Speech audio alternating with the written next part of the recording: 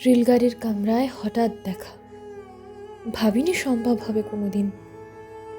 আগে ওকে বারবার দেখেছি লাল রঙের শাড়িতে ডালিম ফুলের মতো রাঙা, আজ পরেছে কালো রেশমের কাপড়, আঁচল তুলেছে মাথায়, দোলন চাপার মতো চিকন গোড় মুখখানি ঘিরে মনে হলো কালো রঙের একটা গভীর দূরত্ব ঘনিয়ে নিয়েছে নিজের চারদিকে, যে দূরত্ব সর্ষে ক্ষেতের শেষ সীমানায় শালবনের নীলাঞ্জনে।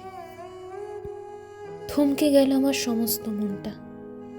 চেনা লোককে দেখলাম অচেনার গাম্ভীর্যে। হঠাৎ খবরের কাগজ ফেলে দিয়ে আমাকে করলে নমস্কার, সমাজবিধির পথ গেল খুলে, আলাপ করলেন শুরু। কেমন আছো, কেমন চলছে সংসার ইত্যাদি। সে রইল জানালার বাইরের দিকে চেয়ে, যেন কাছের দিনের ছোঁয়াচ পার হওয়া চাহনিতে। দিলে অত্যন্ত ছোট দুটো একটা জবাব, কোনোটা বা দিলেই না। বুঝিয়ে দিলে হাতের অস্থিরতায় কেন এসব কথা, এর চেয়ে অনেক ভালো চুপ করে থাকা। আমি ছিলাম অন্য বেঞ্চিতে ওর সাথীদের সঙ্গে। একসময় আঙুল নেড়ে জানালে কাছে আসতে, মনে হলো কম সাহস নয়। বসলুম ওর এক বেঞ্চিতে। গাড়ির আওয়াজের আড়ালে বললে মৃদু স্বরে, কিছু মনে করো না, সময় কোথায় সময় নষ্ট করবার।